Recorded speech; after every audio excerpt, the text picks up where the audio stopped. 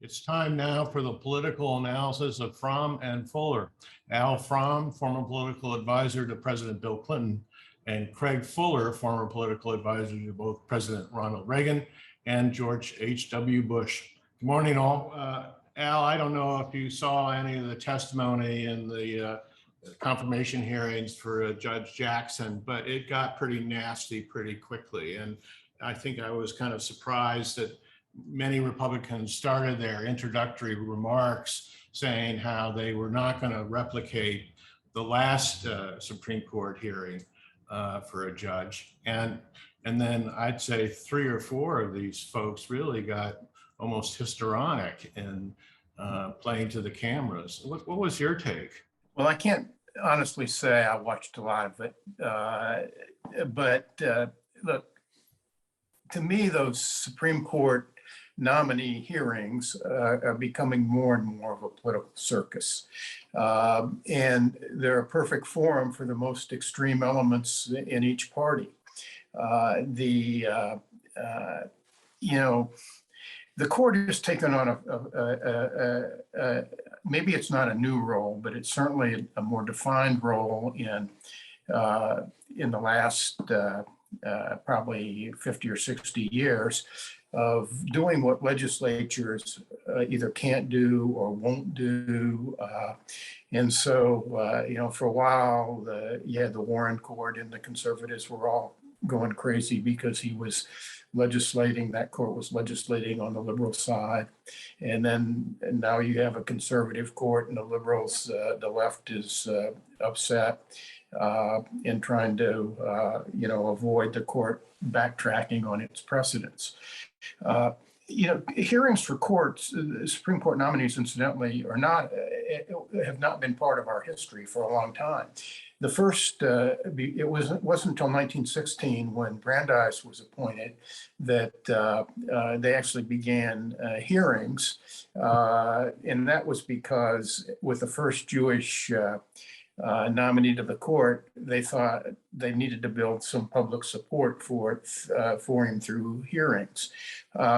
But now, with television and social media and all the emphasis on transparency,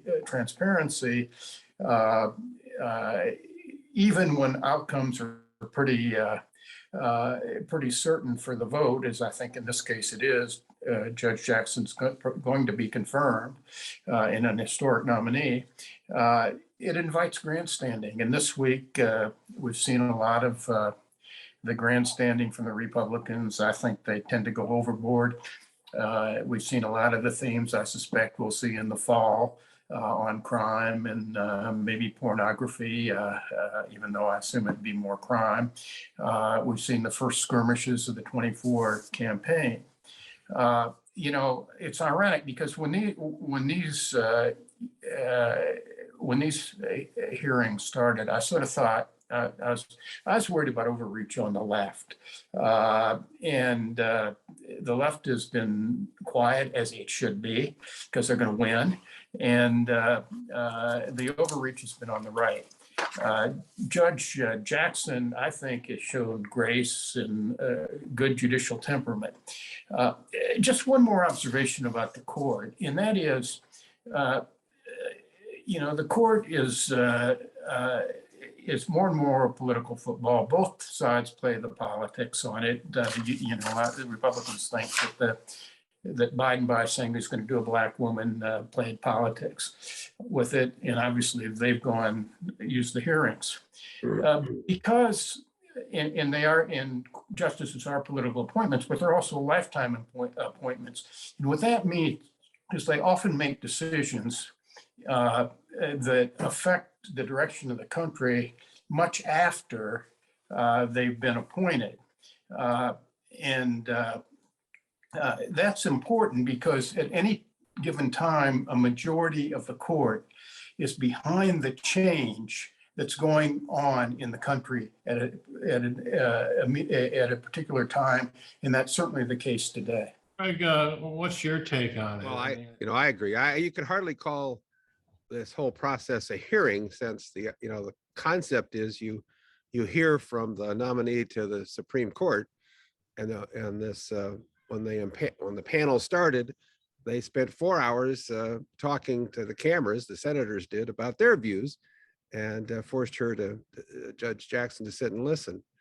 I think to validate what Al was saying, when Judge Jackson was before the Senate for confirmation, about a year and a half ago or so, some of these Republican senators voted for her. None of them went through this inane process of trying to describe her as somebody that, frankly, I think in fairness, she is not.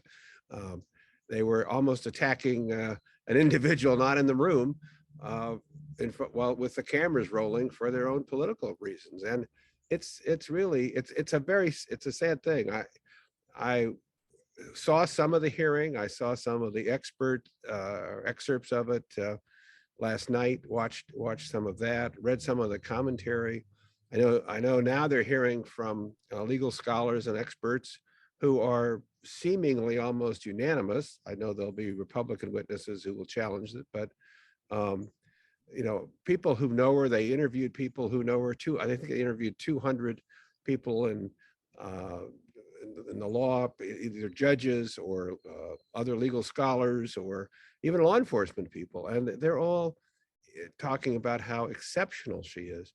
It just would have been good to give her a chance to spend more time addressing the real issues that a justice might face on the court.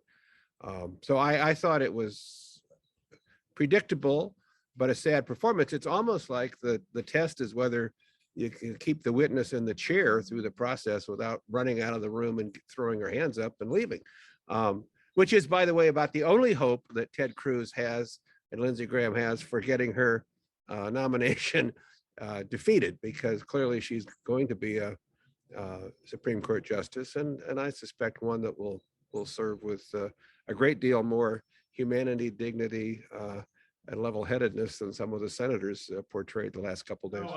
Al, you were bringing up the presidential election and taking away all the theatrics or the diminishing of the process that we've been talking about.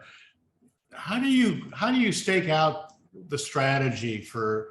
I think that we could safely say that there were at least 3 Republicans who were testing out messages during the hearings.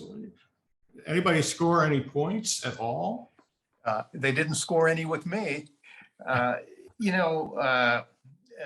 Lindsey Graham, I thought, was particularly disingenuous. He's disingenuous in the same sentence. He says he goes to church 3 times a year, and then he wants Judge Jackson to rate her Christianity on 1 to 10.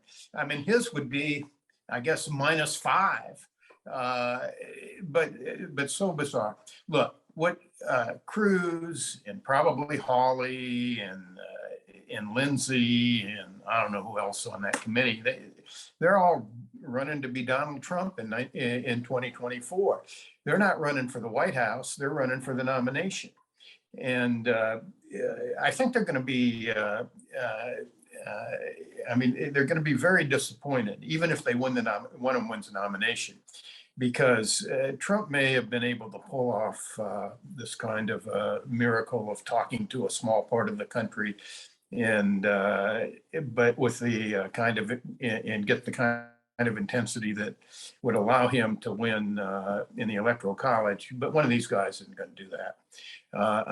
If there's a great piece in a publication called The Liberal Patriot by Rui Teixeira, who is a good Democratic, very liberal, used to be anyway, analyst. And he said the reason the Republicans are alive is because the Democrats fail the common sense test.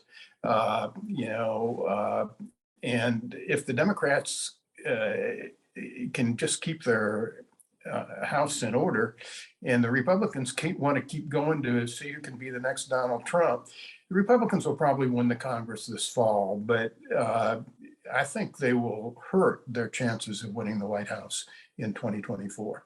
Dave, I think the person who scored points was Cory Booker. I think when this is over, the remarks he made, both about Judge Jackson and about the process, but even more importantly, about where the nation is, will actually probably be long remembered beyond Ted Cruz and his concerns about child pornography. Because I think Cory Booker touched a nerve, and he kind of framed this nomination in a way that I hope all Americans can respond favorably to. If I have any qualms or regrets, I wish that President Biden had announced at the outset that he was going to search the nation for the strongest individual to put on the bench, and that he wanted somebody who would represent, the nation, and he wanted somebody who would bring kind of balance and experience and all that, and then land on Judge Jackson, as opposed to saying he wanted a Black woman.